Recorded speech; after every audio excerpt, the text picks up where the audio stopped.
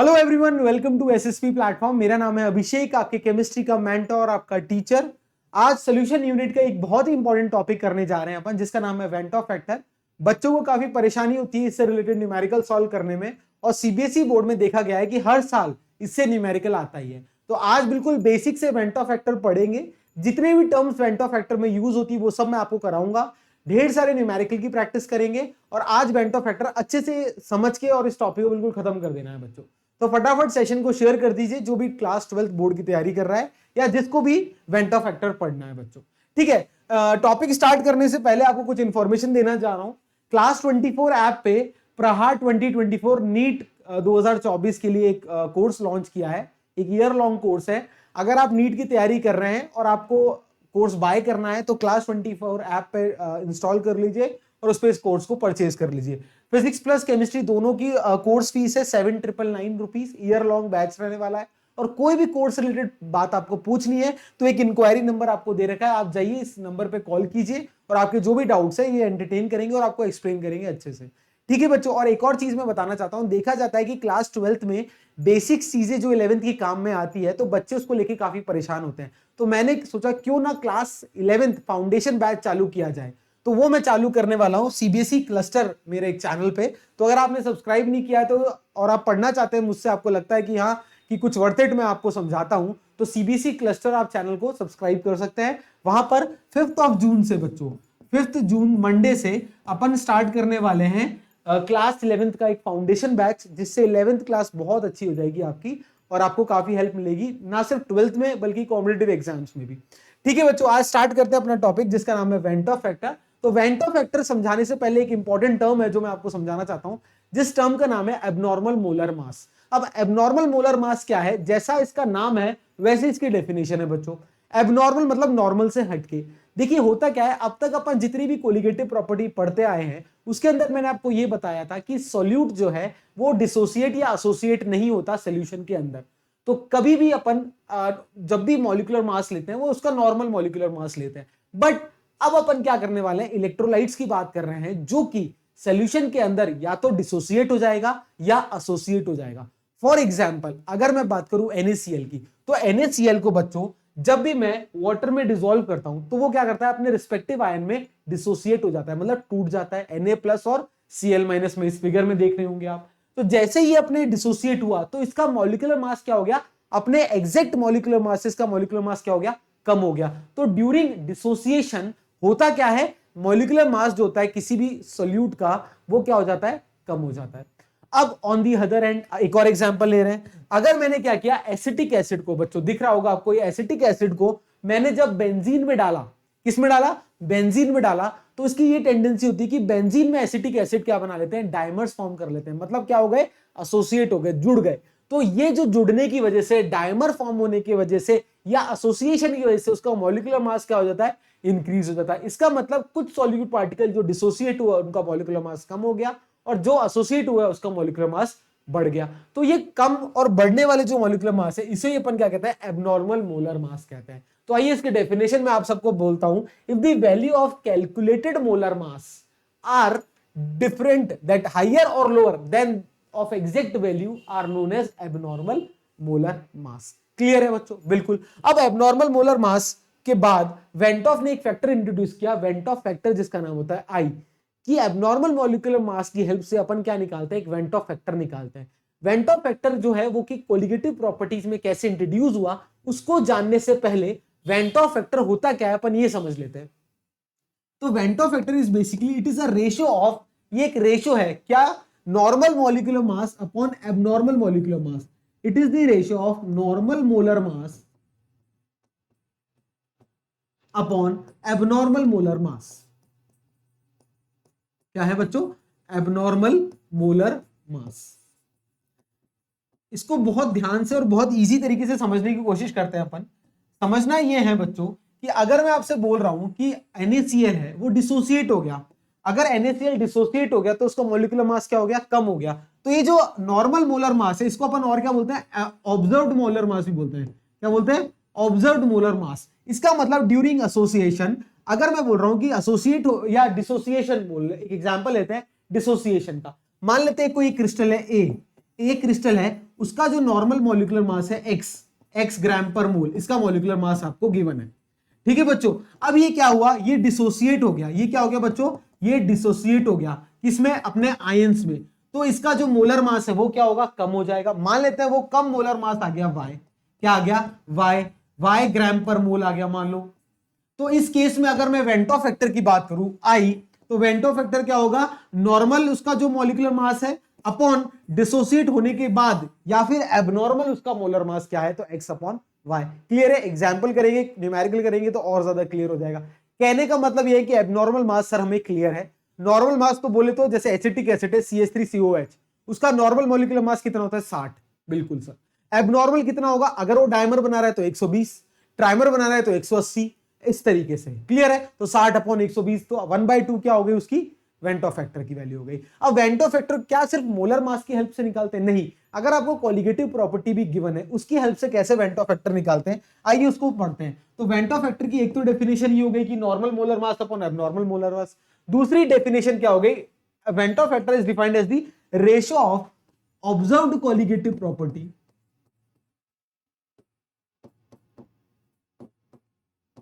Upon calculated colligative property.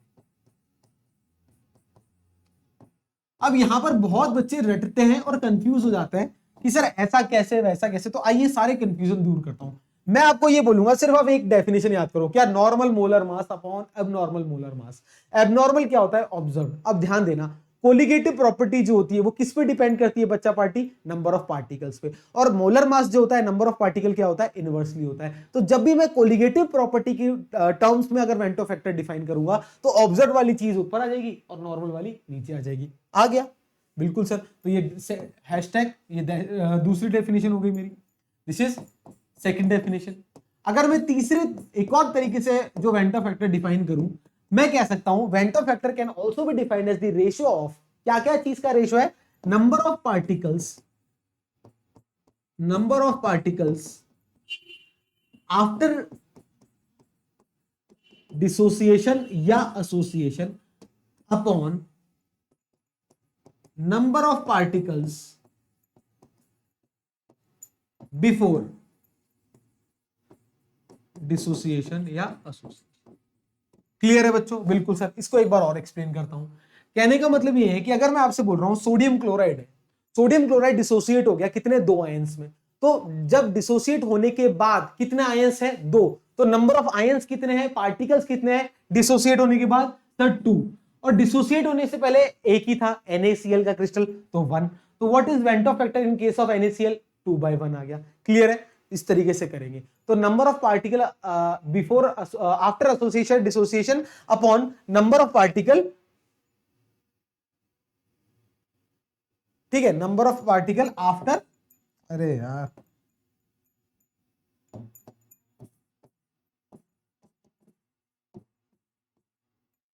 ठीक है, कि भाई डिसोसिएशन या एसोसिएशन होने के बाद कितने पार्टिकल मिले अपन को, अपॉन उससे पहले कितने पार्टिकल थे, इसे अपन वेंटो फैक्टर कहते हैं। क्लियर है, इसको नोट कर लीजिए। तो 3 बेसिक अपन ने फॉर्मूलेस पढ़ लिए। ये मेरा पहला फॉर्मूला आ गया, फर्स्ट फॉर्मूला ये आ गया अपना, normal molar mass upon abnormal molar मास। दूसरा आ गया observed colligative property upon calculated colligative property. और तीसरा आ गया number of particle after association dissociation upon number of particle before association and dissociation. ये 3 जो डेफिनेशन है बहुत ही इंपॉर्टेंट है, इसको नोट कर लो। अब इस डेफिनेशन की हेल्प से अपन वेंटो फैक्टर निकालते हैं। तो पहला केस अपन पढ़ते हैं कि अगर डिसोसिएशन हो रहा है तो किस तरीके से मैं वेंटो फैक्टर की वैल्यू निकालता हूं। अब डिसोसिएशन का केस पढ़ते हैं, बहुत ध्यान से देखिएगा। अगर मैं आपसे बोलूं कि कोई भी एक मॉलिक्यूल है N, वो डिसोसिएट हो रहा है, अगर वो डिसोसिएट होगा तो अपने आयंस के फॉर्म में Na आयंस में डिसोसिएट हो गया मान लो, ठीक है। इस केस में मैं निकालने जा रहा हूं वेंटो फैक्टर की वैल्यू। अब देखो T = 0 पे अगर आपको गिवन नहीं है तो इनिशियली नंबर ऑफ मोल्स कितने मान सकते हैं, कॉन्सेंट्रेशन 1 मान सकते हैं, और रिएक्टेंट की 1 मानेंगे इनिशियली, और प्रोडक्ट की कितनी हो जाएगी सर 0। T = T, मतलब जैसे जैसे रिएक्शन प्रोसीड होगी तो रिएक्टेंट कम होगा, कितना कम होगा, 1 - अल्फा। या अल्फा क्या होगा, डिग्री ऑफ डिसोसिएशन। क्यों सर, क्योंकि डिसोसिएट हुआ, कितना कम हुआ, 1 - अल्फा। और ये कितना बनेगा, n अल्फा। यहां सर n क्यों लिखा, क्योंकि इसका स्टाइक्योमेट्रिक कोएफिशिएंट यहां पर लिखा जाता है। यहां पर इसका स्टाइक्योमेट्रिक कोएफिशिएंट क्या है, 1, इसलिए 1 - 1 अल्फा लिख रहे हैं। बहुत ध्यान से देखेंगे इस बात को। ये क्या होगा 1 माइनस अल्फा और ये क्या होगा n अल्फा होगा। क्लियर है? ये इक्विलिब्रियम में और क्लियर हो जाएगा, इक्विलिब्रियम में पढ़ाऊंगा 11th क्लास का, तो आप इक्विलिब्रियम में और अच्छे से समझ लेंगे। अभी ये क्लियर है? बिल्कुल। अब मैं आपको इस केस में number van't of factor i की वैल्यू अगर निकालना चाहूं तो now i can be written as what. अभी मैंने आपको आई सिखाया था, क्या होता है number of particle after dissociation. Dissociation का केस है तो डिसोसिएशन होने के बाद कितने पार्टिकल बचे आपके पास? सर ये एक तो 1 माइनस अल्फा और एक n अल्फा, तो कितने बचे 1 minus alpha plus n alpha. Clear है या नहीं है? बिल्कुल। अपॉन बिफोर डिसोसिएशन कितने पार्टिकल थे? सर ये 1 था और ये 0 था, तो 1 प्लस 0 होगा या नहीं होगा?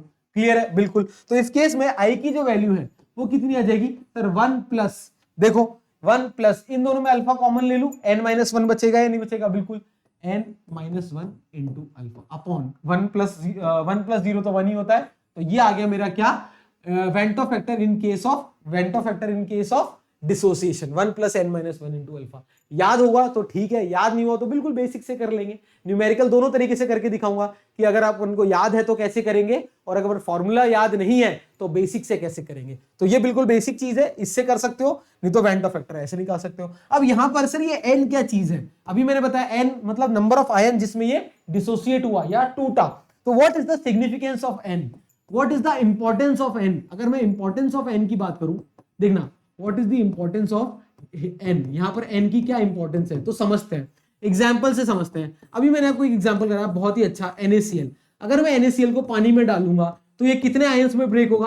सर एक तो Na प्लस में ब्रेक होगा और एक Cl माइनस में ब्रेक होगा, तो कितने आयंस बने? 2 आयंस बने, तो n की वैल्यू यहां पर कितनी होगी? Here n is equal to कितना होगा बच्चा पार्टी? 2। अगर n 2 होगा तो रखो, तो i की वैल्यू कितनी आ जाएगी बच्चा इस केस में? सर इस केस में i कितना आ जाएगा? 1 plus n minus 1 into alpha.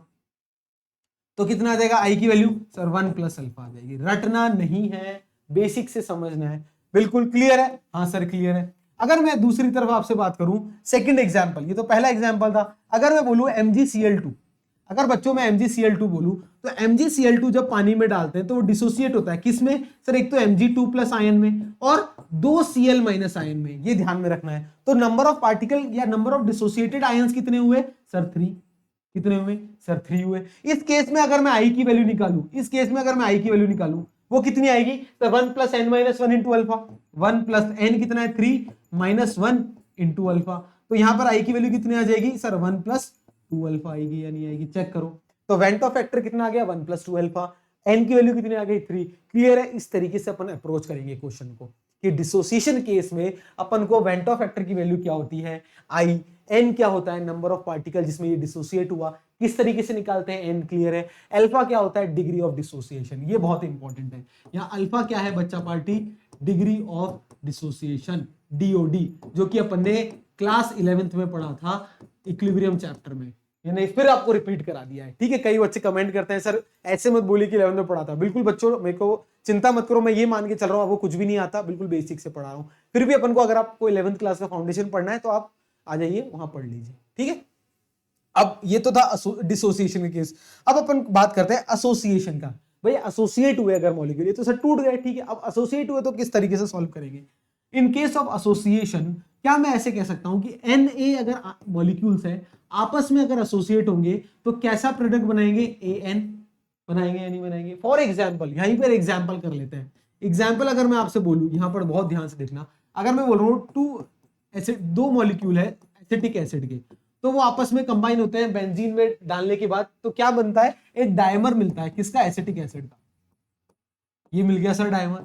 तो क्या इसका एग्जाम्पल हुआ या नहीं हुआ? ये एसोसिएशन हुआ या नहीं हुआ? क्लियर है? अब एसोसिएशन के केस में अपन कैसे अप्रोच करेंगे? देखो, जब भी इस तरीके से आया तो कोशिश क्या करो, रिएक्टेंट में जो भी रिएक्टेंट्स है उनके कोफिशिएंट को 1 बनाने की कोशिश क्या करो। तो इसको 1 बनाने के लिए इस पूरी इक्वेशन को क्या कर दो? n से डिवाइड कर दो। क्या कर दो? Divide the above chemical equation by n से डिवाइड कर दो। अगर n से डिवाइड करेंगे तो a, ना करोगे तो भी हो जाएगा, बट कैलकुलेशन सिंपल हो जाएगी बच्चों, और कुछ भी नहीं है।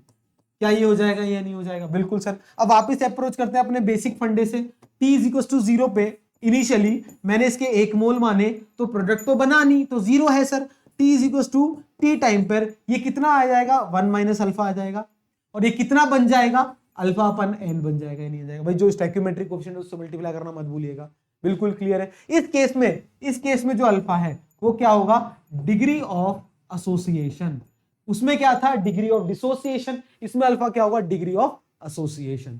क्लियर है, बिल्कुल। अब इस केस में अगर मैं वेंट ऑफ फैक्टर की वैल्यू निकालना चाहूं I इज इक्वल टू, तो number of particle after association कैसे निकालेंगे कि सर टी टाइम पे कितने पार्टिकल है, सर दोनों का सम करो, 1 minus alpha plus alpha by n, बिल्कुल सर, अपॉन एसोसिएशन से पहले कितने पार्टिकल थे बच्चों, 1 प्लस 0, सर 1 ही थे, 1 प्लस 0, आदत डालो ये 0 लिखने की, आदत डालो, ठीक है, बिल्कुल सर। तो आई की वैल्यू कितनी हो जाएगी, देखो 1 प्लस, इन दोनों में अल्फा अगर कॉमन ले लूं तो क्या 1 by n minus 1 into alpha बचेगा या नहीं बचेगा, बिल्कुल सर बचेगा। ये क्या आ गया मेरा एसोसिएशन के केस में फॉर्मूला आ गया।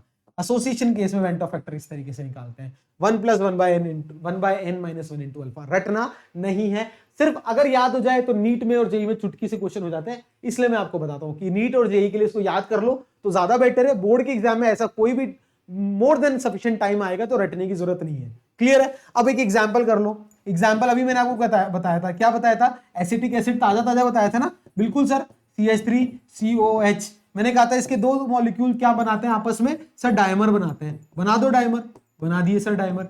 इस केस के अंदर अगर मैं आपसे पूछूं, ये 2 है बच्चों, क्या है 2, इस केस में अगर n की वैल्यू पूछूं तो क्या आएगी, n की वैल्यू कमेंट करके बताइएगा। सर n की वैल्यू आएगी इसमें 2, सर 2 आएगी n की वैल्यू। n की वैल्यू अगर 2 आएगी तो इस केस में i की वैल्यू अगर मैं निकालना चाहूं, इस केस के लिए अगर मैं i की वैल्यू निकालना चाहूं तो क्या आएगी sir, 1 plus half minus 1 into alpha आएगी या नहीं आएगी, बिल्कुल। तो i की वैल्यू कितनी आएगी, 1 माइनस अल्फा बाई 2। ये क्या आ गया मेरा went of factor in case of acetic acid. या अल्फा क्या है, डिग्री ऑफ एसोसिएशन, क्या है, एसोसिएशन। कई बुक्स में आप देखोगे या कई टीचर्स आपको एक्स करके पढ़ाएंगे, पर होता वो डिग्री ऑफ एसोसिएशन डिसोसिएशन ही है। मैं अल्फा मान के पढ़ाता हूं, कोई दिक्कत की बात नहीं, आप एक्स से भी कर सकते हो, पर मैं ये कहूंगा एक टर्म को पकड़े रहो। क्लियर है, कोई भी डाउट है तो बताइएगा।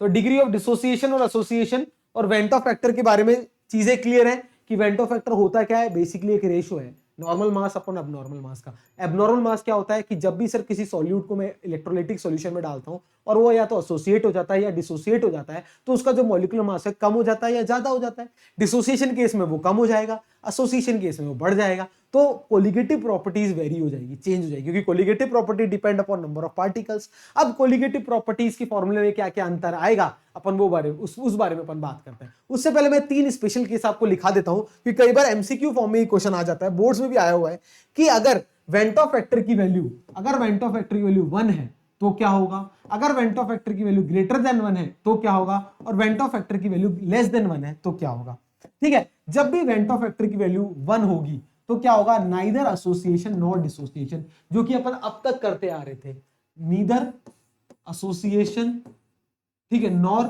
डिसोसिएशन। क्लियर है बच्चों, बिल्कुल। अब आई ग्रेटर देन 1 है, देखना रटना नहीं है, बिल्कुल नहीं रटना। यहां देखो आई ग्रेटर देन 1 है, इधर आ जाओ, ये 1 plus n minus 1 into alpha, तो आई में 1 में कुछ ना कुछ जुड़ रहा है ना, ये कौन सा केस था, डिसोसिएशन। तो जब भी आई 1 से ज्यादा है तो क्या होगा, डिसोसिएशन होगा। क्या होगा बच्चा पार्टी, सर डिसोसिएशन होगा। क्या होगा, डिसोसिएशन टेक प्लेस।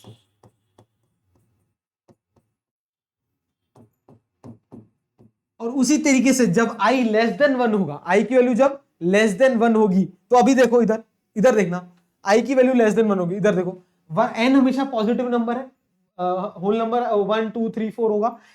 ये जो डिफरेंस आएगा हमेशा 1 से कम आएगा या नहीं आएगा, बिल्कुल। 1 में से कुछ घटा रहे हो, 1 में से कुछ घटा रहे हो तो 1 से कम वैल्यू आएगी या नहीं आएगी, बिल्कुल आएगी। तो 1 जब भी i लेस देन 1 है तो क्या होगा, एसोसिएशन टेक प्लेस। रटना नहीं है, समझना है, एसोसिएशन टेक प्लेस। क्लियर है। तो वेंट ऑफ फैक्टर की वैल्यू अगर 0 है, अगर 1 है, 1 से बड़ी है, 1 से छोटी है, तो क्या क्या करना है, 1 है तो neither association not dissociation, greater than 1 है तो डिसोसिएशन, लेस देन 1 है तो एसोसिएशन। इसका स्क्रीनशॉट लेना चाहो तो लिख लो, ले लो, लिखना चाहो तो लिख लो, बाकी मैं आपको शेयर कर दूंगा। ये क्लियर है, बिल्कुल सर क्लियर है। अब कोलिगेटिव प्रॉपर्टीज जो अपन ने पढ़ी थी अब तक 4, क्या क्या, relative lowering of vapour pressure, elevation in boiling point, depression in freezing point और ऑस्मोटिक प्रेशर, उनके फॉर्मूलेज रिवाइज करने जा रहा हूं।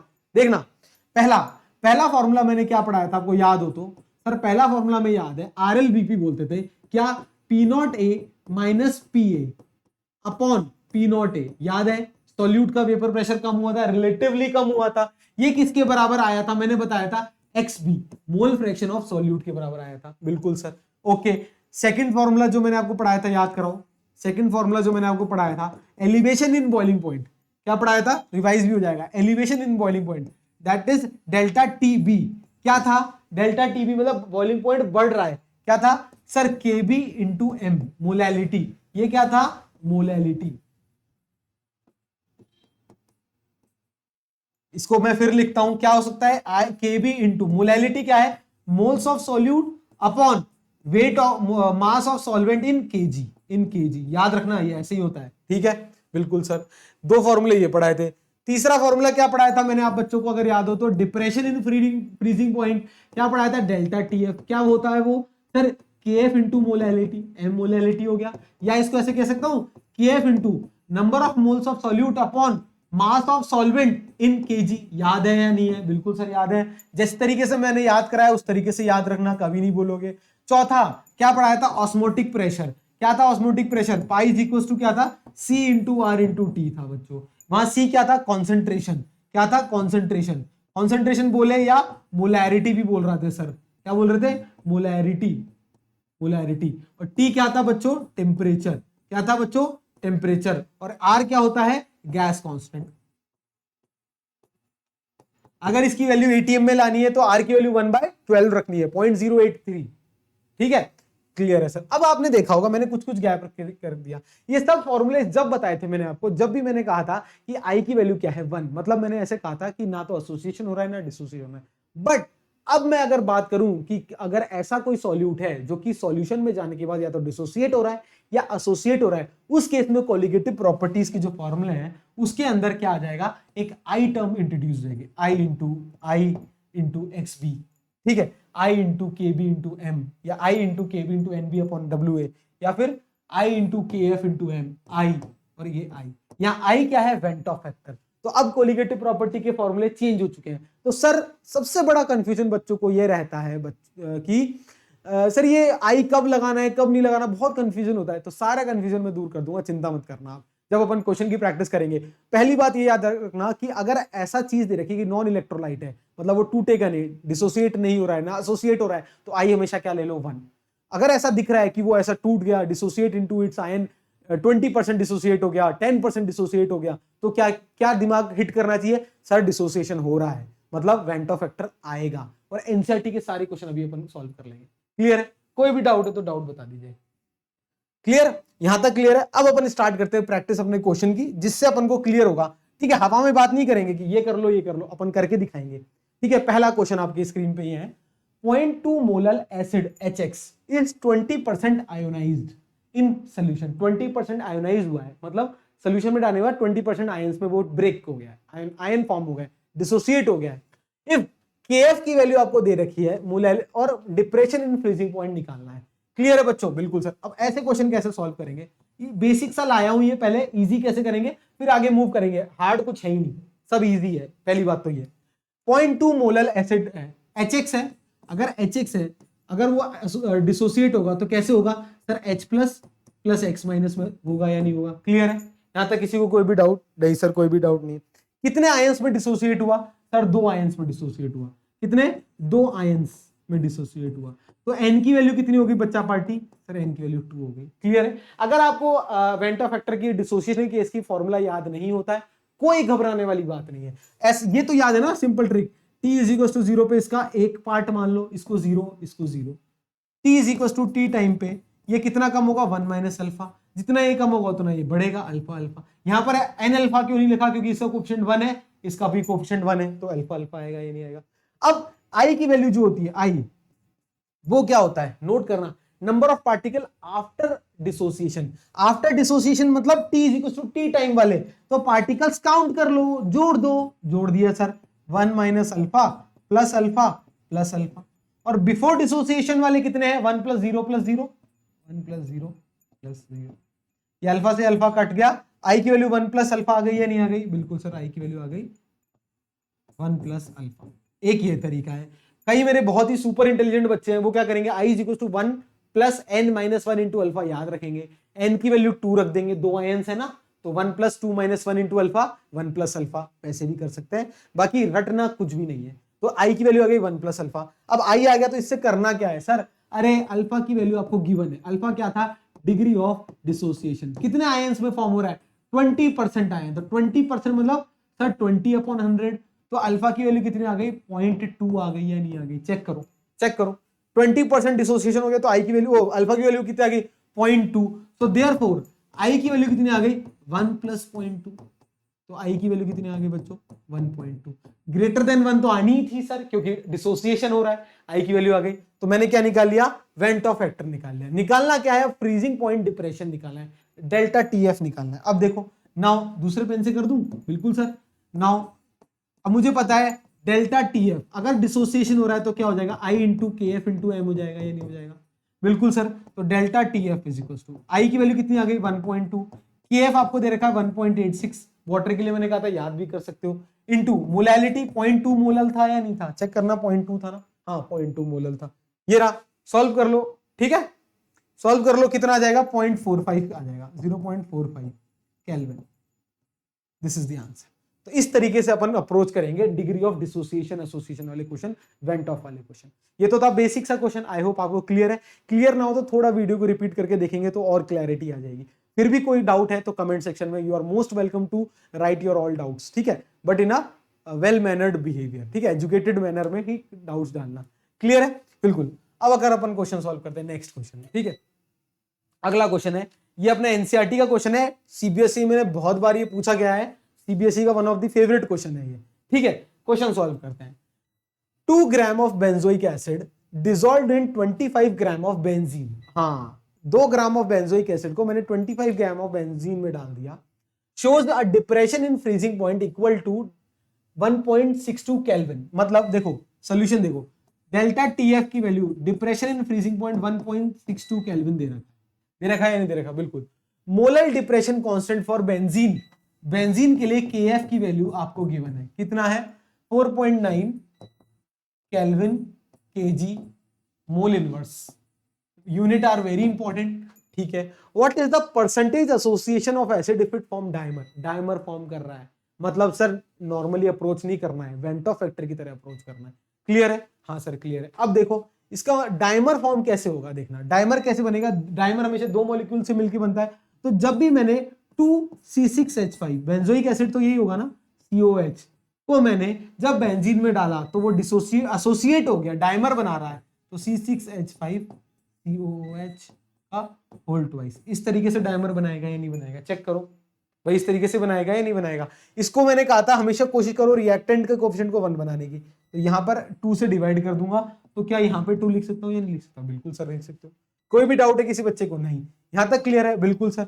T = 0 टाइम पर, T इनिशियली मान लेते हैं इसके एक कॉन्सेंट्रेशन या एक पार्ट है, ये कितना है सर 0 है, T = T टाइम पर ये कितना कम हो जाएगा 1 - अल्फा, और ये कितना बढ़ जाएगा सर अल्फा बाय 2 क्यों, क्योंकि हाफ का कोफिशिएंट है, half is the coefficient, alpha by 2 हो जाएगा या नहीं हो जाएगा, क्लियर है, हाँ सर क्लियर है। अब आई की वैल्यू कैसे निकालेंगे बच्चों, आई = क्या होता है, number of particle after association, इस केस में एसोसिएशन हुआ है तो 1 - अल्फा प्लस अल्फा बाय 2 होगा या नहीं होगा, after association 1 - alpha plus alpha bye 2 upon before association कितना है 1 + 0, कितना आ जाएगा आई की वैल्यू 1 - अल्फा बाय 2, ये अपन डायरेक्ट फॉर्मूले से भी कर सकते हैं, 1 + 1/n - 1 × अल्फा से भी कर सकते हैं, नहीं रटना इस तरीके से कर लेंगे, कोई बात नहीं है, क्लियर है। पहले मैं तो यही चाहूंगा कि आप इस तरीके से सॉल्व करो, क्योंकि उसमें अपने डिसोसिएशन कांस्टेंट वाले क्वेश्चन आएंगे, वो भी अपन इजीली कर सकेंगे, क्लियर है। अब मुझे पूछा क्या है,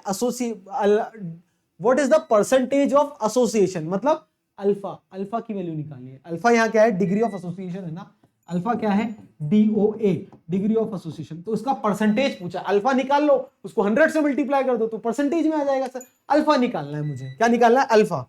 अब सर आई भी नहीं पता, अल्फा भी नहीं पता, कैसे करेंगे, आइए इसको करते हैं। अब इसके लिए आपको दे रखा है क्या, ये चीज दे रखी है, डेल्टा TF और KF आपको दे रखा है। अब देखो इन केस ऑफ डायमर या इन केस ऑफ इलेक्ट्रोलाइटिक या जब भी डायमर या एसोसिएशन या डिसोसिएशन होता है तो क्या मैं डेल्टा TF को लिख सकता हूं I × KF × M लिख सकता हूं या नहीं लिख सकता, क्लियर है, हाँ डेल्टा TF की वैल्यू कितनी है 1.62, लिख दो 1.62, आई सर पता नहीं, इंटू के एफ पता है कितना है 4.9 सर 4.9। अब मोलैलिटी निकालनी है। अब मोलैलिटी क्या होता है मैंने बताया था, moles of solute upon weight of solvent in KG. अब कितने सॉल्यूट कौन है जो कम है, 2 ग्राम ऑफ बेंजोइक एसिड, तो इसके बेंजोइक एसिड के मोल्स निकालने हैं। तो अलग से निकाल देते हैं, कोई घबराने वाली बात नहीं, यहां फिर पुट कर दूंगा। देखो यहां देख लो, तो मोल्स ऑफ बेंजोइक एसिड कितना आएगा, 2 ग्राम है तो 2, भाई 2 ग्राम है तो 2 ही 2 क्या हो गया मेरा, इसका molecular mass given upon benzoic acid का। अगर मैं आपसे मॉलिक्यूलर वेट पूछूं, अगर मैं आपसे बोलूं what is the molecular weight of benzoic acid, तो कैसे निकालोगे बेंजोइक एसिड का मॉलिक्यूलर वेट कितना होता है, वो नंबर ऑफ मोल्स आ जाएंगे या नहीं आ जाएंगे, क्लियर है?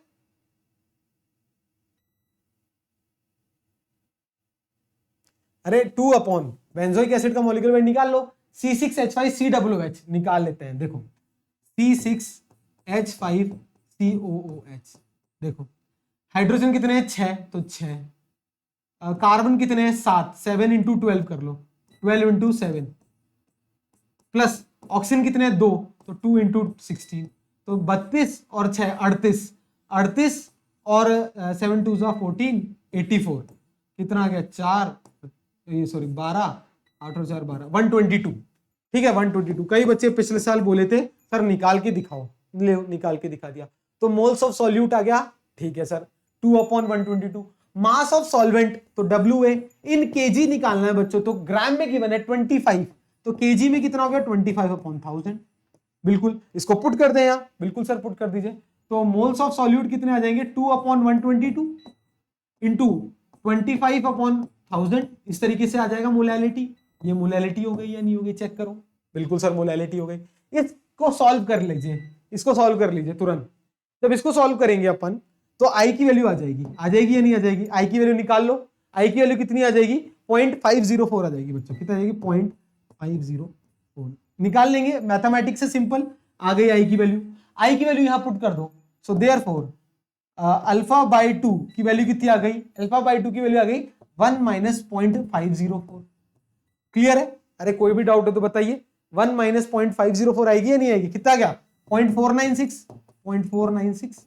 तो अल्फा की वैल्यू कितनी आ गई 0.496 का डबल कर दो, कितना आ गया 992 आ जाएगा, कितना आ गया 0.992। ये अल्फा आया, ये क्या है डिग्री ऑफ एसोसिएशन है। परसेंटेज में पूछिए तो, और इसको परसेंटेज में करने के लिए 100 से मल्टीप्लाई कर दो, दैट इज 99.2%।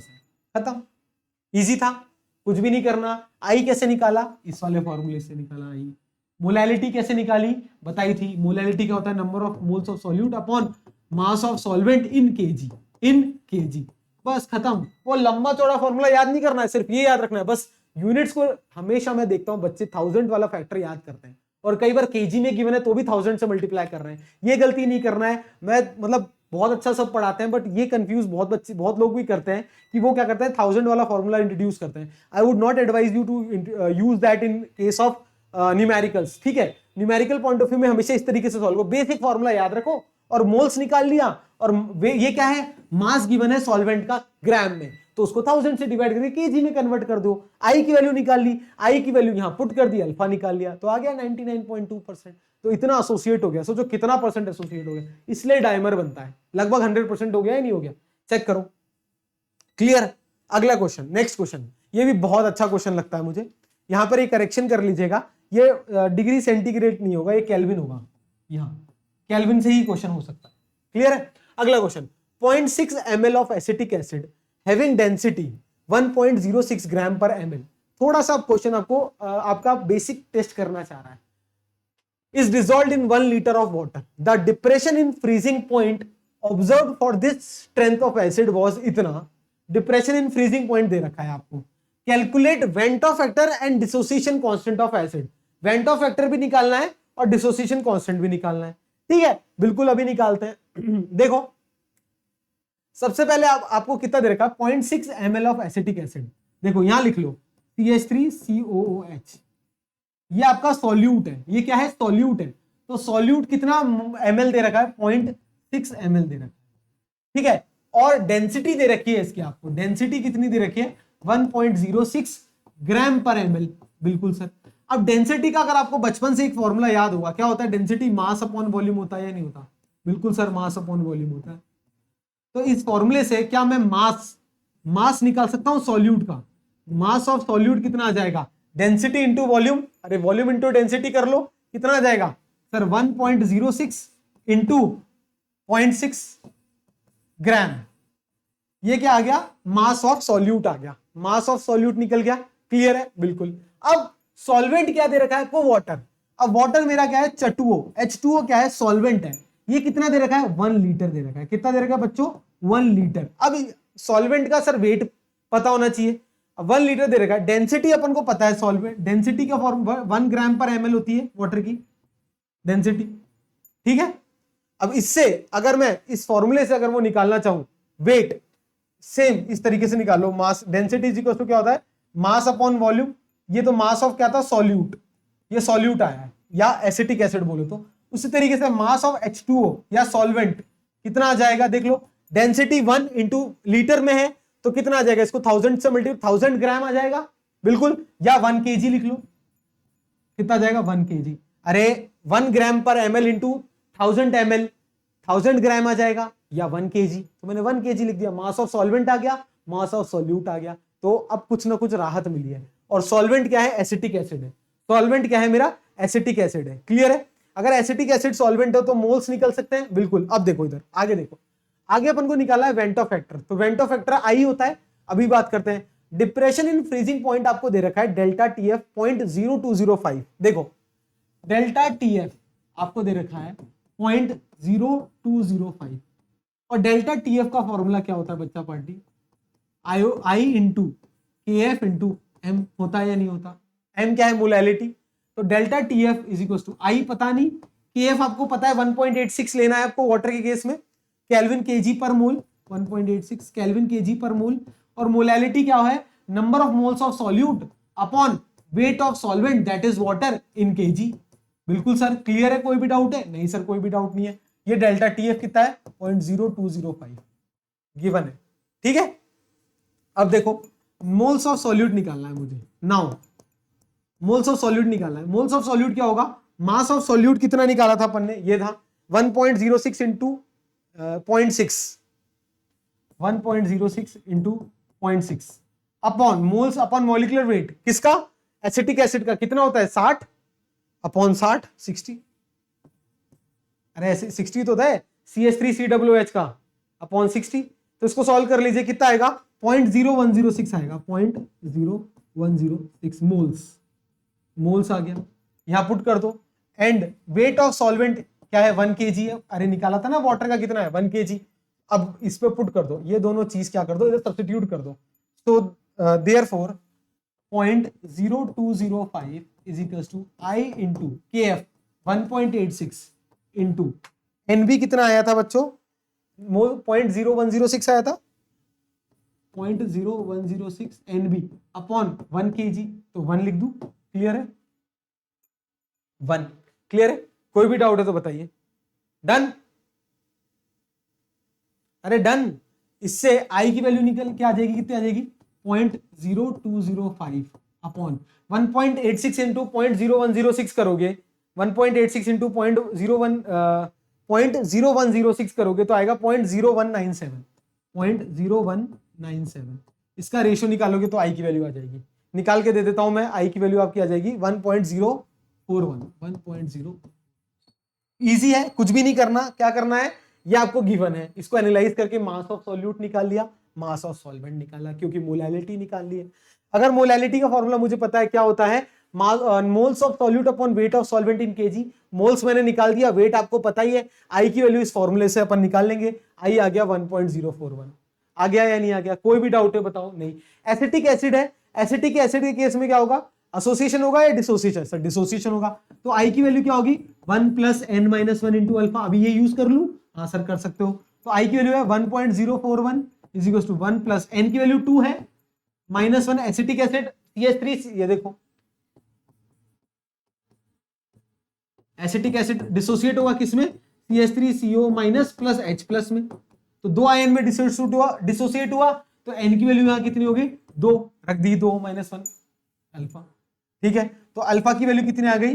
1.041 - 1 तो अल्फा की वैल्यू कितनी आ गई 0.041। क्लियर है? कोई भी डाउट हो तो बताइए। अल्फा आ गया, अल्फा आ गया या नहीं आ गया? तो डिग्री ऑफ डिसोसिएशन आ गया अपना, और वेंट ऑफ फैक्टर की वैल्यू भी आ गई। यही पूछा था, बिल्कुल सर, वेंट ऑफ फैक्टर आ गया। डिसोसिएशन कांस्टेंट पूछा है। क्या पूछा है? Dissociation constant. क्लियर है? अल्फा तो निकालना ही है, डिसोसिएशन। अब देखो, बहुत ध्यान से देखना, बहुत ध्यान से देखना, ये चीज नहीं हो सकती है। जो कई बच्चे 11th में थोड़ी वीक होगी, तो CH3COH जब ये डिसोसिएट होगा किस किस में होगा, देखना, CH3CO minus plus H plus, इसमें डिसोसिएट होगा या नहीं होगा? बिल्कुल सर। इनिशियली इसकी कॉन्सेंट्रेशन मान लो C। क्या मान लो? इसकी इनिशियल कॉन्सेंट्रेशन C मान लो, या भाई C मान सकते हैं नहीं मान सकते? कोई भी डाउट है तो बताओ। इनिशियली कॉन्सेंट्रेशन C मान लो, बाद में इसकी जीरो, ठीक है। फिर C माइनस C अल्फा, ये C अल्फा, ये C अल्फा, 1 मानते थे तो 1 0 0, 1 माइनस अल्फा, अल्फा अल्फा माना था। अब एक काम करो, T की जगह, अगर आप, कई बच्चे ऐसे भी सोचते हैं कि सर इनिशियल मोल्स अगर n है इसके, अगर इनिशियल मोल्स इसके n है तो ये 0 होगा, ये 0 होगा। क्लियर है? अरे अगर initial moles T is equal to 0 पे नंबर ऑफ मोल्स इसके n मान लो, इसकी 0 मान लो, इसकी 0 मान लो। ऐसा क्यों किया? क्योंकि गिवन है, कितना क्वेश्चन में ऑलरेडी गिवन है कि डालने से पहले 0.6 ml of acetic acid having density this is dissolved in 1 litre of water. मतलब कुछ ना कुछ उसके मोल्स कंटेन करता है। तो आप 1 मान के नहीं कर सकते, तो n मान के कर लो। n नंबर ऑफ मोल्स है, number of moles of solute upon already निकाल चुके हैं। कहां निकाल चुके हैं? देखो, ये रहा, number of moles of solute निकाल चुके हो, ये देखो, ये रहा भाई, इतने मोल्स है ना, 0.0106 मोल्स है ना इनिशियली। बिल्कुल ठीक है, इनिशियल n मोल्स है, ये 0 है, ये 0 है। टाइम के साथ ये कितने कम हो गया? n माइनस n अल्फा कम हो जाएगा या नहीं हो जाएगा? जितना ये कम होगा उतना ये बढ़ेगा, n अल्फा, n क्या है? Number of moles, number of moles. Clear है? कोई भी डाउट है तो बताइए। यहां से t equal to t time पे है। अगर मैं डिसोसिएशन कांस्टेंट Ka निकालना चाहूं तो क्या आएगा? देखना sir, n alpha into n alpha upon n into 1 minus alpha. अरे प्रोडक्ट की कॉन्सेंट्रेशन अपॉन रिएक्टेंट की कॉन्सेंट्रेशन कर दी मैंने। कॉन्सेंट्रेशन के टर्म्स में भी आप क्वेश्चन कर सकते हो। अगला एक और क्वेश्चन कराऊंगा कॉन्सेंट्रेशन के टर्म्स में, देखना। अभी ये एक n से n कट गया, बिल्कुल। अब आ जाएगा मेरा डिसोसिएशन कांस्टेंट की वैल्यू क्या आ जाएगी? n into alpha square upon 1 minus alpha आ जाएगी या नहीं आ जाएगी? चेक करो। क्लियर है? कोई भी डाउट? नहीं सर, कोई भी डाउट नहीं है। n की वैल्यू कितनी है आपको? अरे बताया था 0.0106 आई थी या नहीं आई थी? अभी देखो, अरे number of moles, initial number of moles कितने आए थे? 0.0106। अल्फा की वैल्यू कितनी आई थी? ये निकाली थी अल्फा, 0.041। डाल दो बस यहां, 0.041 alpha square upon 1 minus 0.0, solve कर लीजिए, डिसोसिएशन कांस्टेंट आ जाएगा। क्लियर है? कुछ भी नहीं किया मैंने, बहुत इजी तरीके से सॉल्व किया अपन ने। पहले टीएफ आपको गिवन था, टीएफ की वैल्यू क्या होती है? आई इंटू के एफ इंटू एम। आई क्या है? Went of factor. I went of factor निकाल लेंगे अपन, बाकी सब चीजें गिवन है। वेंट ऑफ फैक्टर निकाल लिया। डिसोसिएशन एक कांस्टेंट केस में आई की वैल्यू क्या होती है? 1 plus n minus 1 into alpha. Alpha निकालने की जरूरत क्यों पड़ी? क्योंकि क्वेश्चन में डिसोसिएशन कांस्टेंट पूछा है। डिसोसिएशन कांस्टेंट के क्या होता है? प्रोडक्ट की कॉन्सेंट्रेशन अपॉन रिएक्टेंट की कॉन्सेंट्रेशन। तो प्रोडक्ट क्या है? ये दोनों, तो इन दोनों की कॉन्सेंट्रेशन का प्रोडक्ट अपॉन रिएक्टेंट की कॉन्सेंट्रेशन। इसको सॉल्व कर लिया, डिसोसिएशन कांस्टेंट आ जाएगा। क्लियर है? इसको सॉल्व कर लीजिएगा, वैल्यू आएगी 1.86 इंटू 10 की पावर -5। क्लियर है? तो दिस इज डिसोसिएशन कांस्टेंट। आया? ये भी एग्जाम में बहुत बार पूछा गया है क्वेश्चन। ठीक है, ये दोनों इंटेक्स क्वेश्चन थे। अगला क्वेश्चन, ये आपके एक्सरसाइज का क्वेश्चन है एनसीईआरटी का। ये भी मैं आपको यही कराना चाह रहा हूं कि सारे डाउट्स यहीं पर क्लियर हो जाए। ठीक है, अगला क्वेश्चन देखो, calculate the depression in freezing point, delta TF पूछा है। व्हेन 10 ग्राम ऑफ ये क्या दे रखा है? CH3 CH2 CHCl COH, मतलब 2 ब्यूटेनोइक एसिड है ना ये, या 2 क्लोरोब्यूटेनिक एसिड। क्या दे रखा है? देखो, CH3 CH2 CHCl COOH। इसका नाम क्या होगा? देखो, 2 क्लोरो। जब ऑर्गेनिक पढ़ाऊंगा तब रिवाइज कराऊंगा, मतलब वापस सारा पढ़ाऊंगा। 4 कार्बन है, ब्यूटेनोइक एसिड, 1 2 3 4, हाँ 2 क्लोरोब्यूटेनिक एसिड है या नहीं है? इसको इसका मेरे को निकालना है डिप्रेशन इन फ्रीजिंग पॉइंट। अगर मैंने इसको 250 ग्राम ऑफ वाटर में डाला है तो ये मेरा सॉल्यूट हो गया या नहीं हो गया? सीधी सी बात है, बिल्कुल सर, ये सॉल्यूट हो गया। और के की वैल्यू दे रखी है। के क्या होता है? Dissociation constant. और के एफ क्या है मेरा? Freezing point elevation, freezing point elevation constant या क्रायोस्कोपिक कांस्टेंट गिवन है। तो डेल्टा टीएफ निकालना है अपन को, बहुत ध्यान से देखेंगे आप। डेल्टा टीएफ का फॉर्मूला क्या होता है in case of association and dissociation? I into के F into molality m. Clear है? हाँ सर क्लियर। अब के एफ आपको पता है, के एफ की वैल्यू आपको पता है कितनी है? 1.86। ठीक है, आई की वैल्यू नहीं पता, निकालनी है। और एम क्या होती है? मोलैलिटी। मोलैलिटी क्या होती है? Moles of solute upon mass of solvent in KG. In KG देखना बहुत ध्यान से, यही सॉल्व कर लेते हैं साथ के साथ। मोल्स ऑफ सॉल्यूट, सॉल्यूट क्या है आपके पास? ये रहा। कितने हैं? मास, मोल्स ऑफ सॉल्यूट निकालना है मुझे। तो मास ऑफ सॉल्यूट कितना गिवन है? 10 ग्राम, 10 ग्राम अपॉन इसका मॉलिक्यूलर वेट कैसे निकालोगे? निकाल लेंगे सर, निकालो। इसका मॉलिक्यूलर वेट कितना आएगा? 2 क्लोरो ब्यूटेनिक एसिड का आएगा 122.5। ठीक है, कितना आएगा? कैलकुलेट कर लेना। ठीक है, ये आ जाएगा आपका 0.0816 मोल्स। यह आ गया मोल्स ऑफ सॉल्यूट। और WA मास ऑफ सॉल्वेंट कितना है? 250 ग्राम। 250 ग्राम को किस में कर लो? ग्राम को केजी में कन्वर्ट कर लो, तो 1000 से मल्टीप्लाई कर दो। क्लियर है? और ये आ गया 0.0816। तो मेरी मोलैलिटी का, यहीं पे मैंने मोलैलिटी निकाल ली। कितना आ गया देखो? 250 एकम 250, 250 इंटू 4, 4 से मल्टीप्लाई कर दो। क्लियर है? तो यहीं पे मोलैलिटी आ जाएगी 0.3265 आएगी। कितनी आएगी? 0.3265। ये आ गई मेरी मोलैलिटी। मोलैलिटी आ गई, केएफ की वैल्यू पता है, बस वेंट ऑफ फैक्टर निकाल दो सर, डेल्टा टीएफ मैं आपको निकाल के दे दूंगा। क्लियर है? तो कुछ भी नहीं है यार। मोलैलिटी क्या होती है? Mass of solute upon weight of solvent in KG. Weight of solvent 250 ग्राम, तो 250 अपॉन 1000 कर दिया सर। मोल्स ऑफ सॉल्यूट निकालने के लिए मास ऑफ सॉल्यूट कितना गिवन था? 10, और मॉलिक्यूलर मास इसका कितना हो गया? 122.5। अरे क्लोरीन का 35.5 लेके कर लेना यार, हो जाएगा, कोई दिक्कत की बात नहीं है। क्लियर है? कोई भी डाउट है तो बताओ। अब मुझे क्या निकालना है? सिर्फ आई निकालना है। We have to calculate i. अब आई कैसे कैलकुलेट करेंगे? बहुत ध्यान से देखेंगे। देखो आपको क्या गिवन है? CH3 CH2 CHCl COOH। ये है, ये मेरा सॉल्यूट है। जब भी इसको पानी में डालोगे तो ये डिसोसिएट होगा। किस तरीके से?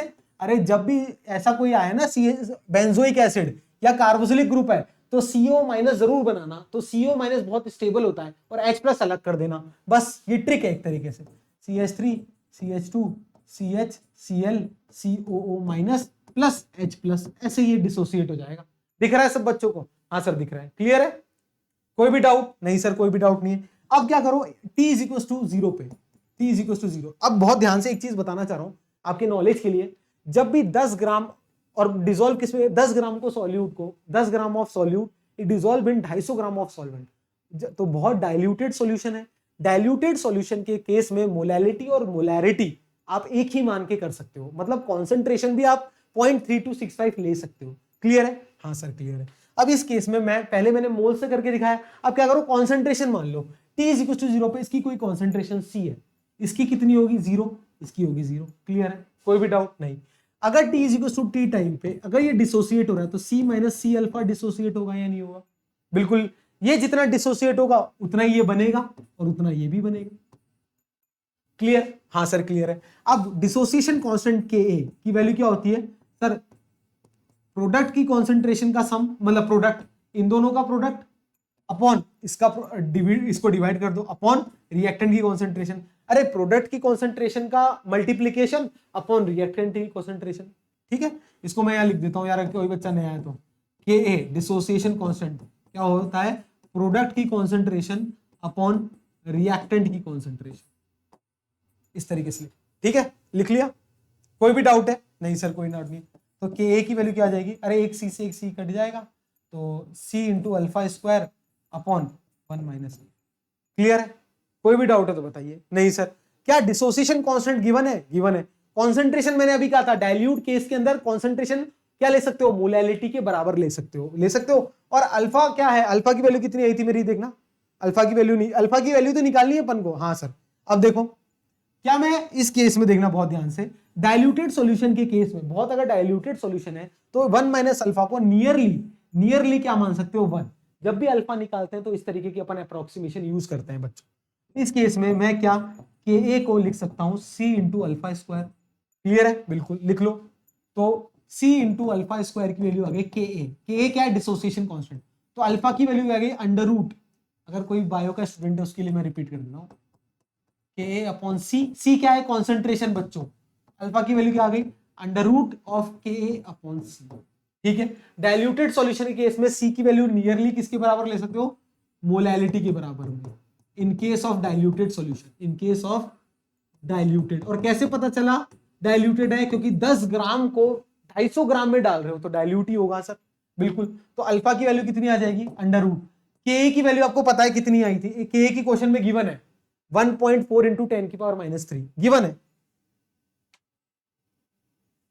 1.4 इंटू 10 की पावर -3 अल्फा अपॉन कॉन्सेंट्रेशन 0.3265 आई थी या नहीं आई थी? मोलैलिटी यही तो आई थी, चेक करो। 0.3265 आई थी सर अल्फा की वैल्यू। ठीक है, इसको सॉल्व कर लोगे क्या आ जाएगा? 0.065 आ जाएगा। कितना आ जाएगा? 0.065। सॉल्व कर लीजिएगा इसको। ठीक है, 0.065 आएगा अल्फा की वैल्यू। अब अल्फा आ गई मेरी, डिसोसिएशन हो रहा है या नहीं हो रहा? बिल्कुल, यहां तक क्लियर है। अल्फा आ गया, पर निकालना क्या है? आई। आई निकालना है। अल्फा आ गया तो आई भी निकल गया बच्चों। कैसे देखना, बहुत ध्यान से। अब इधर ही देखो, इधर ही गौर से देखना, दूसरे पेन से यही समझा देता हूं। आई क्या बताया था मैंने आपको? I number of particle after dissociation. अरे this plus this plus this, यही तो है न्यूमरेटर। करो solve. C minus c alpha plus c alpha plus c alpha upon c plus 0 plus 0। अरे सी अल्फा से सी अल्फा कट गया, ऊपर सी common 1 plus alpha, और नीचे क्या है? सी। सी से सी कट गया, तो आई की वैल्यू कितनी आ गई? 1 प्लस अल्फा। आ गया निकालना? कैसे निकाला आई? बिल्कुल, डिसोसिएशन कांस्टेंट मैंने ऑलरेडी बता रखा, i is equal to 1 plus n minus 1 into alpha से भी निकाल सकते हो, निकाल सकते हैं। ठीक है, तो आई की वैल्यू कितनी आ गई? 1 प्लस अल्फा। तो आई कितना आ गया? 1.065। खत्म क्वेश्चन। तो डेल्टा टी एफ कितना आ जाएगा? आई 1.065 इंटू के एफ कितना था? 1.86 into molality 0.3265। Solve it and get your answer. ठीक है, बहुत इजी है, डेल्टा टी एफ निकल जाएगा। देखा किस तरीके से क्वेश्चन अप्रोच करते हैं भाई? सिंपल सा फॉर्मूला है, बिल्कुल बेसिक टर्म। इक्विलिब्रियम का थोड़ा सा पार्ट है जो कि यूज आ रहा है, आई होप आपको क्लियर होगा। यहां मैंने कॉन्सेंट्रेशन की हेल्प से किया है, कई बच्चे मोल्स के हेल्प से भी कर सकते हैं क्वेश्चन, क्योंकि नंबर ऑफ मोल्स भी आपको पता है। थोड़ा सा पॉइंट्स में अंतर आएगा, कोई दिक्कत नहीं है, इसको यूज करते हुए भी कर सकते हो। ठीक है, बट मैं एडवाइस करूंगा जब भी आपको पता है इनिशियल मोल्स इतने हैं तो 1 मान के मत करना, क्वेश्चन आंसर गलत आ जाएगा। ठीक है, जब आपको नहीं पता, क्वेश्चन में कुछ भी नहीं गिवन है, तो 1 मानना। 1 हमेशा कब मानता हूं मैं? जब मैं अल्फा, डिग्री ऑफ डिसोसिएशन या association versus went of factor में कोई रिलेशन निकालना चाहता हूं। ठीक है, अगर मैं डिसोसिएशन कांस्टेंट के की बात कर रहा हूं, उस केस में एग्जैक्ट वैल्यू ऑफ मोल्स या कॉन्सेंट्रेशन जरूर यूज करना। तो यहां पर सर आपने सी की वैल्यू 0.3265 क्यों ली? बहुत बच्चों का ये डाउट रहता है, तो मैं बता देता हूं, क्योंकि मोलैलिटी और molarity in case of diluted solution आप सेम ले सकते हो न्यूमेरिकल पॉइंट ऑफ व्यू से। क्लियर है? चलो अगला क्वेश्चन सॉल्व करते हैं। 2.33, this is also a good question. अगला क्वेश्चन, 19.5 ग्राम ऑफ आपको दे रखा है CH3FCOH, ठीक है, is dissolved in 500 gram of water. देखो ये भी डिसॉल्व, बहुत डाइल्यूटेड सॉल्यूशन हो गया। The depression in freezing point of water is absorb to be 1 degree centigrade. ये भी जरूर केल्विन में होगा, इसमें भी कुछ ना कुछ गड़बड़ देते हैं ये। 1 ये केल्विन में ही ले लेना, ठीक है, ये भी केल्विन में ले लेना। Calculate van't Hoff factor and dissociation constant of fluoroacetic acid. देखो सॉल्यूशन, ऐसे क्वेश्चन कैसे सॉल्व करते हैं। अब मुझे डिप्रेशन वेंटो फैक्टर निकालना है। डेल्टा टीएफ क्या होता है? मैंने बोला था आई इंटू के एफ इंटू एम, आई इंटू के एफ इंटू एम। ठीक है, वाटर केस में के एफ की वैल्यू आपको पता है कितनी आती है सर? 1.86। मोलैलिटी का फॉर्मूला क्या होता है? Number of moles of solute upon weight of solvent in KG, in KG. Clear है? अब यहां सॉल्व कर रहे हैं। Number of moles of solute, देखना यही बाद में लिखूंगा, यही सॉल्व करता हूं। Number of moles of solute, solute क्या है मेरा? ये रहा 19.5 ग्राम ऑफ फ्लोरोएसिटिक एसिड। तो इसका मास कितना गिवन है? 19.5 अपॉन फ्लोरोएसिटिक एसिड का अगर मैं मॉलिक्यूलर मास बोलूं तो कैसे निकालेंगे? देख लो, निकाल के दिखा देता हूं। CH3 या CH2, सॉरी CH2FCOOH।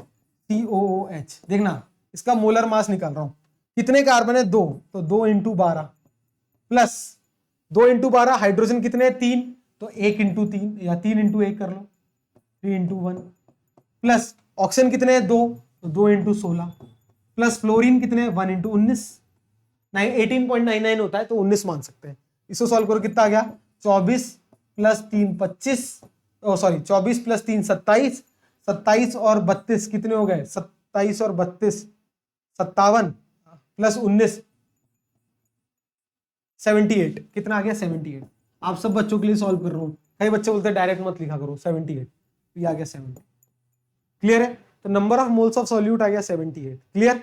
सॉल्व कर लो, कितना आ गया? 1/4 आ जाएगा। कितना आ गया? 1/4। ठीक है, अब मोलैलिटी निकाल लेते हैं यहां पर। तो मोल्स आ गए 1/4। मास ऑफ सॉल्वेंट कितना है? 500 ग्राम दे रखा है ना? नहीं 500 ग्राम वाटर लो, 500 ग्राम वाटर है तो 500 अपॉन 1000 केजी में लेना होता है। तो कितना आ गया? 1 जा 2 जा, ये 0.5 आ जाएगा। तो लो, बहुत अच्छी वैल्यू आ गई। मोलैलिटी आ गया 0.5। मोलैलिटी पता है, केएफ पता है, और क्या पता है आपको? डेल्टा टीएफ भी पता है। बिल्कुल सर, तो वेंटो फैक्टर की वैल्यू निकल जाएगी या नहीं निकल जाएगी? अब देखो, डेल्टा टीएफ 1 बराबर आई इंटू 1.86 इंटू 0.5। सॉल्व कर लो, आई की वैल्यू कितनी आ जाएगी? 1 अपॉन 0.86, 1.86 का आधा कर लो, 0.93 आएगा। तो 0.93, इसको सॉल्व करोगे कितना आएगा? 1.07। ये क्या आ गया? आई की value, this is I. Vento factor निकल गया, पहला पार्ट निकल गया वेंटो फैक्टर, इजी है, वेंटो फैक्टर निकल गया। अब डिसोसिएशन कांस्टेंट निकालना है, ये बहुत इंपॉर्टेंट है, वापस से गौर फरमाएंगे। डिसोसिएशन कांस्टेंट निकालने जा रहा हूं मैं, देखना CH2FCOOH है, ये जब डिसोसिएट होगा तो क्या होगा? CH2FCOO minus plus H plus, इस तरीके से डिसोसिएट होगा या नहीं होगा? बिल्कुल सर। इनिशियली इसकी कॉन्सेंट्रेशन C मान लो भाई, इसकी C मान ली सर, इसकी कितनी मान लो? 0, इसकी 0। T is equal to T time पर, ये T इज इक्वल टू क्या है? 0। T is equal to T time पर ये कितना बनेगा? C माइनस C अल्फा कम हो जाएगा। अल्फा क्या है? Degree of dissociation. ये क्या हो जाएगा? C अल्फा, और ये कितना बन जाएगा? C alpha. क्लियर है? हाँ सर, कोई भी डाउट नहीं है। अब अल्फा निकालना भी इंपॉर्टेंट है, तो मेरे को ये रिलेशन निकालना पड़ेगा आई और अल्फा में। आई और अल्फा के बीच में इस केस में भी relation i is equal to 1 plus alpha आएगा या नहीं आएगा? क्योंकि नंबर ऑफ पार्टिकल जो डिसोसिएट हुए वो 2 है। बिल्कुल सर। इस केस में अल्फा की वैल्यू कितनी आएगी? 0.07 आ जाएगी। चेक कर लो 0.07 आएगी या नहीं आएगी? बिल्कुल। अरे आई 1.07 माइनस 1 तो 0.07। ठीक है, अब मैं के डिसोसिएशन कांस्टेंट लिखने जा रहा हूं, बहुत ध्यान से देखना। के डिसोसिएशन कांस्टेंट क्या है? प्रोडक्ट की कॉन्सेंट्रेशन का इनकी कॉन्सेंट्रेशन, प्रोडक्ट की कॉन्सेंट्रेशन अपॉन रिएक्टेंट की कॉन्सेंट्रेशन। तो C alpha into C alpha upon C minus C alpha. Clear है? तो ये क्या आ जाएगा? C square alpha square upon C into 1 minus alpha. एक C से C कट जाएगा, कितना आ जाएगा? Ka C alpha square upon 1 minus alpha. आ जाएगा या नहीं आ जाएगा? बिल्कुल क्लियर है। कोई भी डाउट है? नहीं सर, कोई भी डाउट नहीं है। कॉन्सेंट्रेशन क्या है आपकी? कॉन्सेंट्रेशन क्या है? डाइल्यूटेड सॉल्यूशन है। अरे 19.5 ग्राम को 500 ग्राम में डाल रहे हो, डाइल्यूटेड है, तो जो मोलैलिटी है वही मेरी कॉन्सेंट्रेशन है, 0.5 लिख दो। कितनी आ गई? ये 0.5 आएगी, अलग पेन से लिख रहा हूं 0.5, क्योंकि ये क्या है? दिस इज बेसिकली मोलैरिटी, और मोलैरिटी और it is nearly equal to molality, क्योंकि डाइल्यूटेड है इसलिए मोलैलिटी के बराबर हो जाएगा। यहां पर काफी बच्चे कंफ्यूज होते हैं, तो शायद आपका कंफ्यूजन दूर हो गया आज के बाद। 0.5 इंटू अल्फा की वैल्यू कितनी आएगी? 0.07 का whole square upon 1 minus 0.07। Clear है? इसको सॉल्व कर लेना, आंसर आ जाएगा। ये आ गया dissociation constant. I hope clear है। तो डिसोसिएशन कांस्टेंट निकल गया अपना, और वेंटो फैक्टर निकल गया। एक और क्वेश्चन हो गया, सीबीएसई में आया हुआ क्वेश्चन है, एनसीईआरटी का हर एक क्वेश्चन इंपॉर्टेंट है, तो चिंता मत करो, वेंटो फैक्टर के सारे क्वेश्चन आपको करा रहा हूं। आई होप आपके सारे डाउट्स क्लियर होते जा रहे हैं। ठीक है, क्लियर है बच्चों? ओके, नेक्स्ट क्वेश्चन, अगला क्वेश्चन की तरफ मूव करते हैं। अगला question, determine the amount of CaCl2 dissolved in 2.5 liter of water such that its osmotic pressure is 0.75 atm at 27 degree Celsius. Degree Celsius सुनते ही दिमाग हिट करना चाहिए, तो टेम्परेचर को हमेशा ऑस्मोटिक प्रेशर के केस में केल्विन में लेना होता है, तो केल्विन में कन्वर्ट कर लो फटाफट। कितना हो गया 300 केल्विन, लिख दो यहाँ। तो टेम्परेचर आपको पता है 300 केल्विन। क्या दे रखा है, आई की वैल्यू गिवन है, तो पाई देखना, आई की वैल्यू अगर गिवन है तो पाई ऑस्मोटिक प्रेशर क्या होगा, i into c into r into t. Clear है। अब पाई ऑस्मोटिक प्रेशर आपको गिवन है कितना, 0.75 ATM। आई की वैल्यू कितनी गिवन है, 2.47 इंटू कॉन्सेंट्रेशन क्या होती है, molarity. Molarity is what, moles of solute upon volume of solution in litres, ये ध्यान रखना। इंटू आर की वैल्यू जब भी एटीएम में लोगे तो इसको 1/12 ले लो, इंटू टेम्परेचर 300 केल्विन ले लो।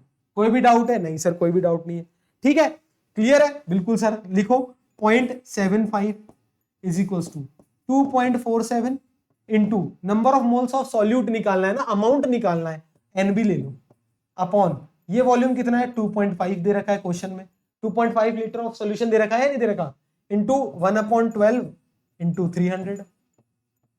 कोई भी डाउट है, नहीं सर कोई भी डाउट नहीं है। इसको एक काम कर लो, नियरली काट के 1 मान लू, खुद ही सोचो 2.47 2.5 मतलब कैलकुलेशन पॉइंट ऑफ व्यू से 1 मान लो, 0.999 समथिंग आएगा।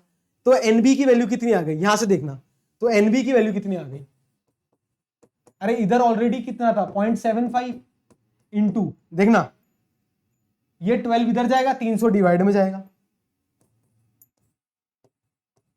कोई भी डाउट है तो बताओ, आई थिंक कोई भी डाउट नहीं होगा, क्लियर, ठीक है, सॉल्व कर लो। कितना आ जाएगा,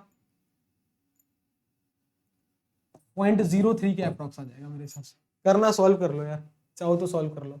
अरे यहाँ देख लो यार, 75 को 12 से मल्टीप्लाई कर दो, 5 2 10, 5 1 6 और 12,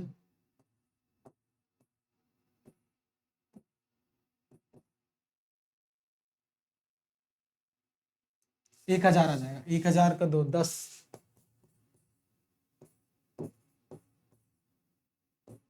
1/30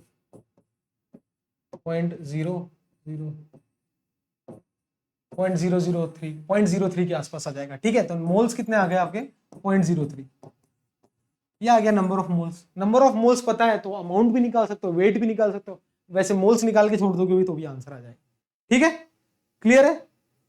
अरे अगर इसको मैं इसका अगर अमाउंट निकालना चाहूँ, वेट निकालना चाहूँ, तो नंबर ऑफ मोल्स को एक काम करो, मॉलिक्यूलर वेट कितना होता है CaCl2 का, 111 होता है या नहीं होता, CaCl2 111, ठीक है, इससे मल्टीप्लाई कर दो, कितना आ जाएगा 3.33 ग्राम के, ठीक है। कोई भी डाउट है तो बताइएगा। चलो अगला क्वेश्चन,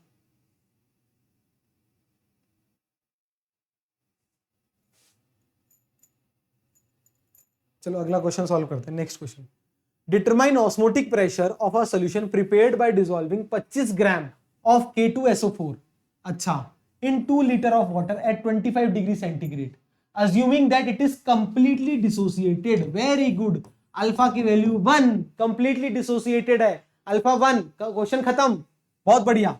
अब K2SO4 है, K2SO4 इसको डिसोसिएट करोगे तो कई बच्चे गलती कर देते हैं, ऐसे करते हैं K प्लस SO4 2 माइनस, ये मत करना, 2K प्लस, अरे बैलेंस भी तो करोगे, क्लियर है। तो नंबर ऑफ आयंस कितने डिसोसिएट हुए इस केस में सर, 3, अरे 2 ये और 1 ये। अल्फा की वैल्यू मैंने बताई थी इस केस के अंदर, आई सॉरी ये क्लियर है, आई की वैल्यू इस केस में क्या होगी, dissociation case 1 plus n minus 1 into alpha होती है नहीं होती, बिल्कुल। तो i is equal to 1 plus n की वैल्यू 3 है, 3 माइनस 1 2 अल्फा, ये पहले भी कर चुके हैं सर। अल्फा की वैल्यू 1 है तो आई की वैल्यू कितनी आ गई, i is equal to 1 plus 2 into 1 that is equal to 3, van't Hoff factor आ गया 3। क्या वेंटो फैक्टर पूछा है, नहीं पूछा, क्या है आपको, ऑस्मोटिक प्रेशर, बहुत बढ़िया। ऑस्मोटिक प्रेशर, ऑस्मोटिक प्रेशर क्या होता है, I into c into r into t. I की वैल्यू आपको पता है कितनी आ गई 3, concentration molarity moles of solute upon volume of solution in litres, into r की वैल्यू हमेशा 1/12 ले लो अगर इसको मुझे एटीएम में लाना है। टी टेम्परेचर 25 डिग्री सेंटीग्रेड दे रखा है तो 25 को 298 केल्विन लिख सकता हूं या नहीं लिख सकता, क्लियर है। अब देखो मोल्स निकालना है, कितना 25 ग्राम को डिसॉल्व किया है 2 लीटर वाटर में, बस 25 mg को, 25 ग्राम को, ये देखो 25 mg दे रखा है, तो मोल्स ऑफ सॉल्यूट इधर देख लो, इधर लिख लेता हूं, तो मोल्स ऑफ सॉल्यूट कितना गया 25 mg, मतलब 25 ग्राम का करोगे तो -3 अपॉन क्या दे रखा है K2SO4, तो K2SO4 का निकाल लो कितना आएगा, K2SO4 का सोडियम का कितना, पोटेशियम सॉरी 2 × 39 प्लस सल्फर का कितना होता है 32 प्लस 4 × 16, कर लो इसको सॉल्व, कितना आ गया 39 × 2 प्लस ये 174 आ जाएगा 174, तो ये आ गया अपॉन 174, ये मोल्स आ गए। मोल्स और वॉल्यूम कितना दे रखा है ऑलरेडी लीटर में दे रखा है 2 लीटर, तो कर लो सॉल्व इसको, कितना आ गया देखना 3 × 0.025, ये आ गया जब मैं 10 की पावर 3 से डिवाइड करूंगा मल्टीप्लाई करूंगा अपॉन 174 इंटू ये तो गया moles of solute upon volume of solution 2 litre दे रखा है ना अपॉन 2 इंटू 1/12 इंटू 298, ये क्या आ गया मेरा पाई, ऑस्मोटिक प्रेशर, पाई की वैल्यू निकाल लीजिए, सॉल्व कर लीजिए, खत्म, कितना इजी से था। ये इंपॉर्टेंट है, ये स्टार लगा लो, ये निकाल, बाकी तो कैलकुलेशन है, बचपन की चीजें जो पहली क्लास में कॉन्सेंट्रेशन की, इसीलिए अलग से कॉन्सेंट्रेशन पढ़ाया था कि मोलैलिटी हमेशा याद रहे क्या होती है, moles of solute upon mass of solvent in gram in KG, और मोलैरिटी क्या होती है, moles of solute upon volume of solution in litres, बस। और ये निकालना वेंट ऑफ फैक्टर सिखाई दिया मैंने आपको, अगर आपको ये चीज याद है तो ठीक है, नहीं तो बेसिक चीजों से करते हो। तो this is all about went of factor, और इसके ढेर सारे अपन ने क्वेश्चन कर लिए, एनसीईआरटी के सारे जितने जितने क्वेश्चन थे जो सीबीएसई बोर्ड में बार बार पूछे गए सारे इसमें कवर्ड है ऑलरेडी, तो डोंट वरी, ठीक है। अब एक चीज एक्स्ट्रा मैं आपको बताना चाह रहा हूं, एक्स्ट्रा क्या आपके एनसीईआरटी में अपने ये चीज लिखी हुई है कि what do you mean by azeotropic mixture. भाई एजियोट्रॉपिक मिक्सचर क्या होता है, mixture of two different liquid in definite composition which boils at a constant temperature without change in their composition in liquid and vapor phase। मतलब what do you mean by azeotropic mixture, एक ऐसे mixture जो कि दो different liquid से मिलके बना है, जो कि मिक्सचर जो बना है वो एक डेफिनेट कंपोजिशन से मिलके बना है, और जब उस मिक्सचर को मैं बॉयल करता हूं तो वो बॉयल भी एक कांस्टेंट टेम्परेचर पे करता है, और जब वो बॉयल करता है तो उसकी कंपोजिशन चेंज नहीं होती है, ऐसे मिक्सचर मेरे एजियोट्रॉपिक मिक्सचर कहलाता है। क्लियर है, the mixture of two different liquid in definite composition या proportion which boils at a constant temperature without changing in their composition in liquid and in vapor phase is known as azeotropic mixture। Azeotropic mixture का boiling point क्या है, constant होता है। अगर उसका boiling point constant है तो ऐसे मिक्सचर को फ्रैक्शनल डिस्टिलेशन की हेल्प से अपन सेपरेट आउट नहीं कर सकते, क्योंकि फ्रैक्शनल डिस्टिलेशन प्रोसेस में अपन डिफरेंस ऑफ बॉइलिंग पॉइंट की मदद से ही उसको क्या करते हैं, सेपरेट आउट कर सकते हैं। बिल्कुल। अब दो तरीके के अपन को एजियोट्रॉप्स मिलते हैं, एक मिनिमम बॉइलिंग एजियोट्रॉप, एक मैक्सिमम बॉइलिंग एजियोट्रॉप।